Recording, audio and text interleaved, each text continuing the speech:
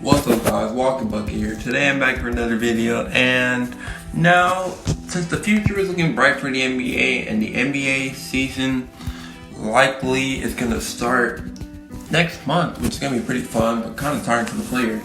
Time for me to predict who will most likely be the first time All-Star. So I'm going to be doing my top 10 players that could possibly become a first time All-Star. And if you enjoyed the video, don't forget to drop a like, comment down below any video ideas you want me to do. Don't forget to subscribe to the channel at 50 right now to go to 100 by the end of the year if possible. But now let's get started. But before we start the top 10, my honorable mentions are Fred VanVleet, Malcolm Brogdon, TJ Warren, Jaren Jackson Jr., and Colin Sexton. Jaren Jackson Jr. is really just because of injury. If he didn't get injured, he would have been my top 10. Fred VanVleet, if he moves on to another team, he'll likely be an all-star. The team's at least somewhat decent. If he stays on the Raps, maybe he could replace Kyle Lowry. Malcolm Brogdon and TJ Warren, they're just always consistently on a 4 or 5 team in the East. They're able to do that and probably boost up their production just a tad bit. They could probably take it. And Colin Sexton, a 20-point per game scorer, looking like he'll have a lot of growth. If he's able to keep this league scoring at the Cavs, are not the worst team in the East, maybe he could sneak in. But at number 10, I'm going to have CJ McCollum. CJ McCollum is really a guy who shouldn't have been here a long time ago, but's really got snubbed many times for this.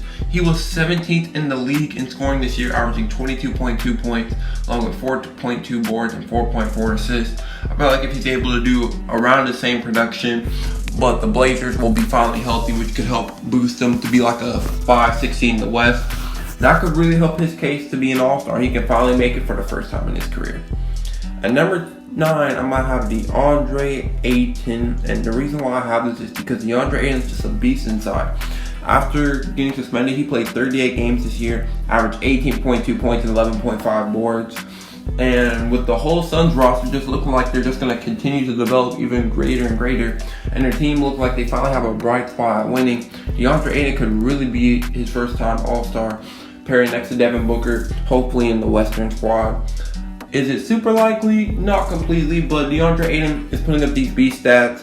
If he's able to put up like 20 and 10, he could really find a way to get into the All-Star game. At number 8, I'm going to have Shai Gilgeous-Alexander. For only his second year in the league, he had a really good season when he averaged 19 points, 5.9 boards, and 3.3 assists. And going from the growth from his rookie year with the Clippers, it feels like he took a really huge step up. And with Chris Paul likely to be traded, Dennis Schroeder, Steven Adams, they're likely to be gone, maybe by flip, Dylan Gallinari too. He's likely to take an even bigger step up. And even if they do stay, he's still going to find ways to get growth because he's going to gain more minutes because of his young age, his high potential, and the work he's been putting in the offseason.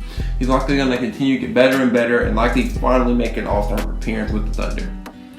At number 7, I'm going to have John Collins, and John Collins has been a beast, averaging around 20 points and 10 rebounds a game.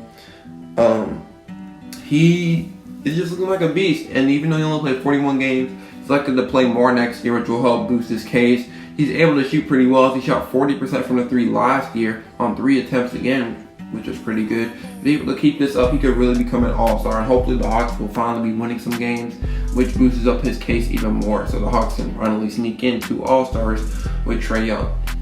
But the reason why I don't have them super high is because him, DeAndre Ayton, CJ McCollum, they play with another all-star and their team isn't winning. It's unlikely that they'll make it. Even if they're like a decent 9 to 10 seed, they'll usually only have like one all-star. At number 6, I'll have De'Aaron Fox, and the reason why I have him higher than all these guys is because he's the leader of the team, and I'm kind of a little biased because I really like De'Aaron Fox, but he averaged 21.1 points, 6.8 assists. He's leading the Kings after shooting 48% from the field. Hopefully he's able to get his 3-point shot back up, but I just think Lou Walton's been an awful coach for him. I feel like they need to get that Davey Aker back. But he could really be a really great player next year, especially with rumors about Buddy Hield gone, maybe even Bogdan Bogdanovic. He could really step up to like a 23, 24-point game score with 8 assists. Could have a really good season and be able to finally make an All-Star appearance. At number 5, we're going to have Jamal Murray. Sadly, I only put him over De'Aaron Fox because even though Jamal Murray is the second option, he's doing it on a winning team after averaging 18.5 points, 4 rebounds, and 4.8 assists. The reason why I have him so high is because the playoffs he really showed what his potential really could be after he averaged 26.5 points, 6.6 assists, and 4.8 boards, shooting 50.5% from the field, 45.3% from the three, and 89.7% from the line. He almost shot 50, 40, 90 in 19 games in the playoffs.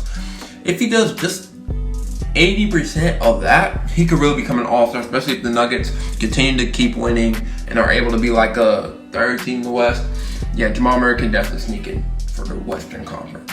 At number 4, I'm going to have Zach LaVine. The reason why I have LaVine so high is because I just feel like he's in the same case as De'Aaron Fox, but it's more likely that Zach LaVine's team is going to be able to make the playoffs. And he actually had a really good offensive year, averaging 25.5 points, 4.8 rebounds, and 4.2 assists. And you know how the All-Star game really cares about their offense. Zach LaVine could honestly have a similar season, maybe even up to 26 points per game. And with guys hopefully going to be developing with a number 4 pick, along with Kobe White, Wendell Carter Jr., and Lauri Markkanen, the future just looks really bright for the Chicago Bulls. And because of that growth, Zach LaVine can finally make an All-Star. At number 3, I'm going to have Zion Williamson. A lot of y'all could be saying he should be number 1, but the reason why I don't have him number 1 is because we won't know if he's able to be healthy, as he only played 24 games last year. But in those 24 games, he feasted, averaging 22.5 points and 6.3 rebounds, shooting 58.3% from the field. And honestly, he's able to feast like this, but over a long span, he's easily going to make the All-Star appearance, in my opinion. At number 2, we're going to have Ja Morant. He almost carried, as a rookie, the Memphis Grizzlies to the playoffs, a team that was projected to be one of the worst teams in the league. He averaged 17.8 points and 7.3 assists and took this team on his back. So sadly, the bubble stopped them from making the playoffs because they ended up choking. But the Grizzlies are only going to get better. Hopefully, Jaren Jackson Jr. can be healthy to really help Ja Morant, because if he's not healthy, it's unlikely. I don't think that Ja will be able to carry them again. But if Jaren Jackson Jr. is there, they can hopefully sneak into the playoffs, which will almost confirm that Ja Morant should be an All-Star, because he's bound for a breakout. And at number 1, this may surprise why he could be number 1 for y'all, but I got Jaylen Brown. I feel like he's a beast of a player, the second best player on the Celtics, very underrated. As he averaged 20.3 points, 6.4 boards, 2.1 assists, and 1.1 steals. One of the best defenders on the Celtics, and in the playoffs, he even upped that after he averaged 21.8 points, 7.5 boards, and 2.3 assists with 1.5 steals. And he was shooting 47.6% from the field, 35.8% from the three, and 84.1% from the line. He's really bound for a breakout season next to Jason Tatum, and the team is almost confirmed one of the top teams in the East, which only solidifies his case at being an All-Star next year. And I can almost confirm that Jaylen Brown and Ja Morant will both be All-Stars next year. What do you guys think about this list? Who did I forget? Who would you move higher? Who would you move lower? Comment down below your opinions, and don't forget to like and subscribe to the channel. Peace out, guys.